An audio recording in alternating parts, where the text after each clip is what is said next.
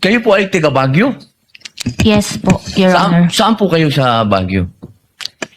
Irisan po. Irisan, opo. Ako po yung taga Baguio din. Saan po kayo nag-graduate? Sa... St. Louis University po. Ay, alumnus po ako niyan. Sa Boys High po ako. Dahil po dyan, hindi ko na lang po kayo pahihirapan. Tayo na lang po ay maging magkababayan na lang sa Baguio. Gusto ko lamang pong magbigay ng impormasyon na lang sa inyo. Opo, kasi naririnig ko yung pag-uusap nyo ng prosecution at ng defense tungkol doon sa success ng confidential fund. Ako po ay may mga ibibigay na information sa inyo. Pwede po kayong magsabi na lang ng oo o hindi kung naintindihan po ninyo. Alam ko naman maintindihan mo, taga Baguio ka eh. Opo, noong pong pinag-uusapan natin yung patungkol sa mga terorista, na pag-uusapan po lagi ang ating Vice Presidente. Ang ating pong Vice Presidente magmula 2016 hanggang 2022, siya po ay naging mayor. Alam niyo po ba yon? Opo, Mayor Opo. ng Davao. Yan, opo. Sa Davao po, meron po dyan na-identify na 55 na mga tinatawag na alternative at yung mga lumad schools na infiltrated ng terrorism. Nabalitaan niyo po ba yon? Hindi po ako hindi ko po gaanong napakinggan po yun. Hindi po ako aware yun. Opo. At alam niyo po ba rin na noong 2016 hanggang 2022 hanggang 2023, 12% po ng mga NPA rebels, surrenderies, were minors, 12 to 17 years old. Hindi po ako aware dun po. Maubos na po yung aking second round na lang po ako. Salamat, kabayan.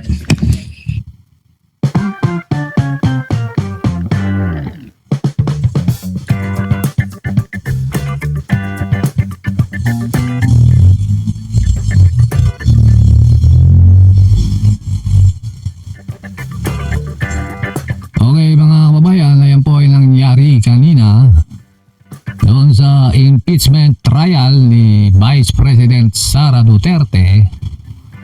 Ito pong witness ay tatanungin ni Robin Padilla at ang sinabi niya, hindi na raw niya papahirapan itong witness. Ito kasing witness mga kababayan, taga Baguio.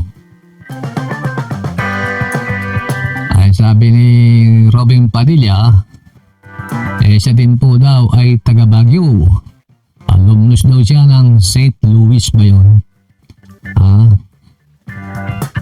Kaya itong mga trolls at itong mga buzzer ni Senator Robin Padilla ay nagpiesta sa comment section.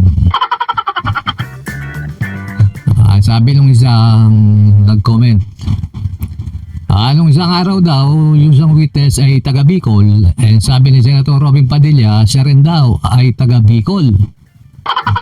Ngayon naman, ang witness ngayon ay taga Baguio. Siya rin din po ay taga Baguio. Maraming tinitira si Robin Padilla. Kahit sabihin taga Cebu pa yan, sabi niya taga Cebu siya, baka may virus siya sa Cebu. Mga kababayan, sabi pa nga nung siya, tinatawag siyang Boy Sile.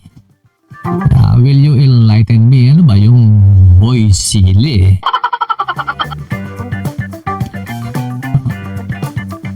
Mga kababayan, buti hindi tinanong ni Robin Padilla yung witness kung ano ang favorite color niya. Baka pag sinabi nung witness, kulay pink,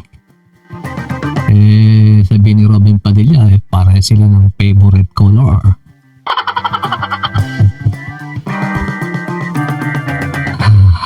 Hindi na raw papirapan ni Robin Padilla itong witness at tinanong niya lang, binigyan niya lang impormasyon tungkol doon City doon sa mga nag-aaral, tulad ng mga lumad, mga na-recruit na mga naging komunista. Di ba sabi ni Robin Padilla, komunista siya. Yung mga nag-surrender daw nasa 55 data, puro kabataan. Ayun po ang sinasabi ni Robin Padilla. Doon ba sa UP, ang dami yata. Mga kababayan, hindi nagtagal si Senator Robin Padilla natapos na raw yung kanyang 2 minuto. Sabi nga ng mga baser ni Robin Padilla, ay buti naman natapos na. Tuwan-tuwa yung mga baser ni Senator Robin Padilla, mga kababayan. Pag si Robin Padilla na magsasalita, tandamakmak na komento, sunod-sunod ang pumapasok sa comment section. Sabi niya, boboro si Senator Robin Padilla. Para sa akin, halong-huna. Bobo nga, medyo ganun. Pero mas maganda siguro yung bobo nga, hindi ka nagnanakaw, di ba?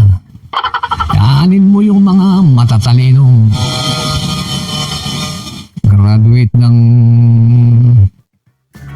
abogasya, yung mga pinagmamalaki din nilang mga graduate sila ng Ateneo Law.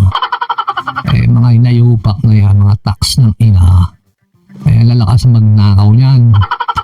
Di balin, bobo na. Hindi naman nagnanakaw. Motion, malinis.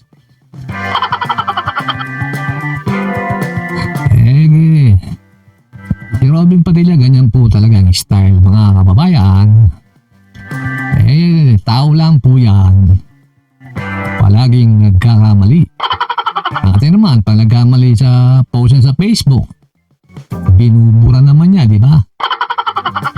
Yung iba dyan, ayaw na magbura, live pa ng live sa Facebook. Ayaw umamin ng pagkakamali. Eto si Robin Padilla, umamin ng pagkakamali yan. Hindi tulad ng isang senador na nagla-live selling pa. Aanin mo yung mga graduate ng abogasya, yung mga nakatapos ng pag-aaral na malakas mangurakot. Pag nakaharap sa taong bayan, akala mo santo, namimigay ng ayuda. Pero ang mga ninanakaw ng mga hinayupak na yan, bilyon hanggang bilyon. Susubo mo na lang na nakakawin pa nila. Okay mga kababayan, ganito na naman po tayo. Abangan po natin muli ang sasabihin ni Senator Robin Padilla.